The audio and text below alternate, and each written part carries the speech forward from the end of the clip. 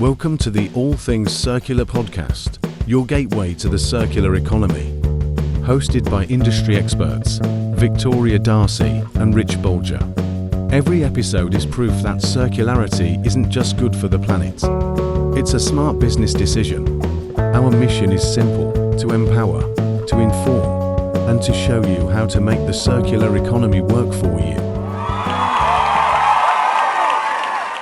Well, hello. I'm here with a couple of really good friends of mine. I'm Rich Bulger, Peter Evans. And I'm Deborah. And we just led a Masterclass Essentials, a blitz into circular platforms and reverse logistics turning into a business benefit.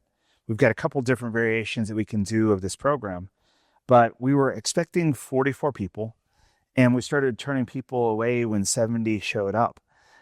So let's go through and kind of debrief what we learned and what we saw from teaching this class. Would you like to go first? Absolutely. My key takeaway is the absolute joy and pride in being a reverse logistics professional. We had some good customer feedback and discussion moments, and wow, what a wonderful time to be in the field. I'm really proud of this field. I had no idea how much was happening in this field. All came out at the end. And so we'll publish some of those snippets to share, but what a nice time for people to look left and right and be around those who do the same job that they do. And often it's hard to find, especially in reverse, when often our teams are so small within organizations. It can be hard to find like-minded who understand what you're going through. Everything's a little bit different. The processes are different. Your scope is so huge. The technology doesn't really work. And so I really enjoyed hearing back from those who were in the room, their questions and their perspectives. And it was a wonderful, wonderful session. The survey results are going to be very fun to share. Yeah. You know, it's interesting. The circular economy is a huge topic. It is really, really big, and it has so many different dimensions to it. To bring together an integrated course that connects lots of dots, but in a synthesized fashion, is not an easy feat, right? So I was pleased with the results of being able to put together a program like that. And every time we do it, we get better and get new insights about how to do it. I loved what you brought to the table with the Minty and your perspectives on circularity. And I know we have some different perspectives on what circularity is. Oh, I can't wait for the debate. Should we have it on air sometime? We should. Not now. That's going to be a great episode of All Things Circular. I think it will. So, but that you bring up a good point. I mean, the three of us have vastly different backgrounds. We got to this space through different methods, and we have different opinions on things, and that's totally fine, because we're not going to evolve and change the game unless we challenge thinking. Mm-hmm. And you challenge your thinking by having different perspectives. So I think each one of us brings something a little bit unique. We've got different flares in how we communicate, but it's a very interactive session. Peter, I'm going to give you the credit because you're kind of the thought leader that started the very first masterclass. Can you help the viewers understand what they could expect from the 3-hour masterclass? Yeah, I mean, again, as I mentioned, it's a very big topic. It has lots of different dimensions. People tend to take a slice of it. And I think the feedback that I got from yesterday's course was, wow, I've been in this space for a while, but you opened my eyes to another dimension of it. So I think one aspect of the course is breadth, but also kind of building on the principles that underpin this. And so, yeah, there are very important underlying principles that I hope that is the core of the course. Absolutely. And what's really fun about being a pioneer in this space, and Rich, you've written the only book in the last 25 years, so if that doesn't define a pioneer, I don't know what does, is the ability to set out a perspective that one day might become the standard.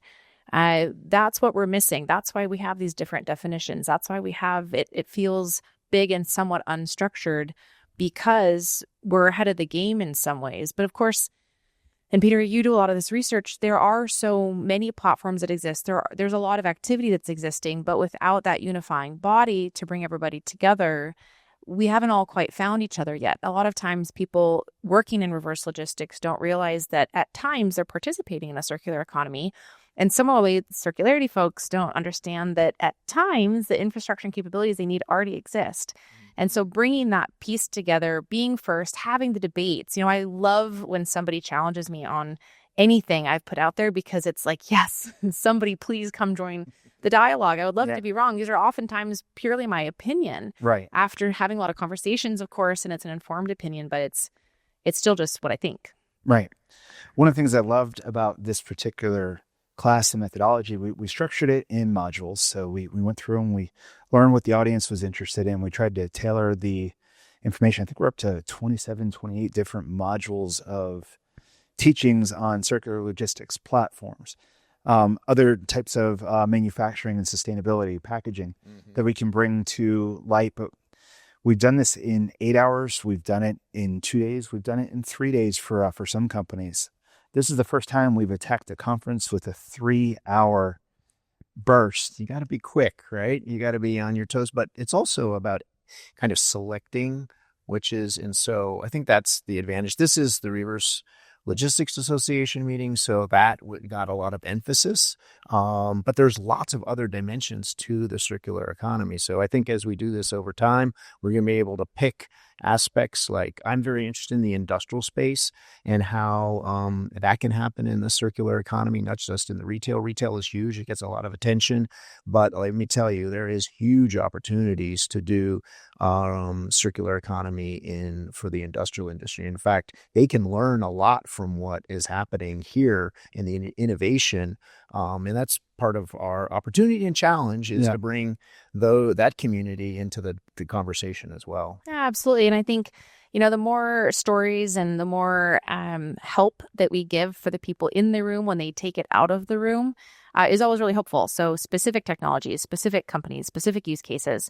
And both of you are such lovely storytellers. And so I think we delivered on that this time. And as the industry develops, then our challenge, of course, is to keep all those stories fresh so that they can take home the latest and the greatest. And happily, there's more and more to choose from, which is also a great shift to see in this space. Well, I think we're definitely seeing some frontier firms in this space that are experimenting, they're pioneering, they're taking risks, but they're also building competitive advantage. Right. And I think that's something that you brought to the table, which is this idea that this isn't just something you do because it's I don't know, just something you do. It's something that actually creates advantage for your company. There was several people working for companies that asked if we could come and deliver this to their teams because they wanted to go through and rally around a message. So I was very pleased with the interaction. I think you all did a wonderful job, Deborah, specifically you with the Menti questions and the table interaction. People got to know each other in really good ways through this. We did some hands-on experiments that we won't let the cat out of the bag on in terms of how they go, but reuse cases of industry success, touching and feeling products, which a lot of people hadn't done before.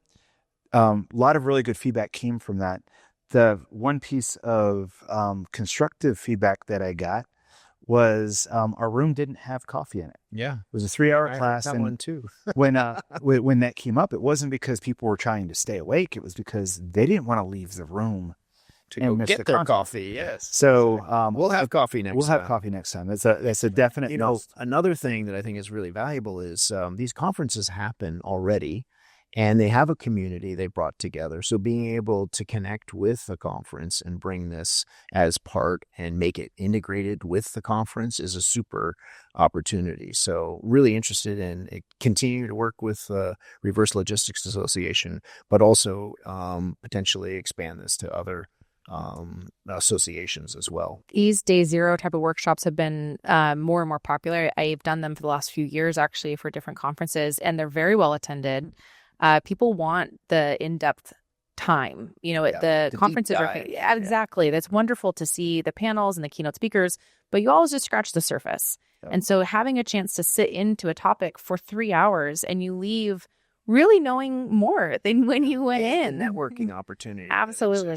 Absolutely. And I was the participants delighted to see how eager everybody is for, Tony had asked at the end of the session, if we did a 2.0 version or a 3.0 version next year, would you return? And everybody seemed quite eager to do that. I don't think they were just putting on a show for him. I think they were honest. And so I'm looking forward to continuing to build that out and complement the other types of education that exist that, as we discovered, is not very much in this space. It's one of the questions that we'll publish. Into another topic, which is lots of industries and professions have certifications. This industry really, I don't know, it's kind of nascent or it doesn't exist at all. So there is an opportunity to be systematic, provide real skills that both help companies upskill their workforces, but also people who are transitioning into this industry or looking for a new job. This is a great way for them to get real skills that help them advance their professional careers. Well, great.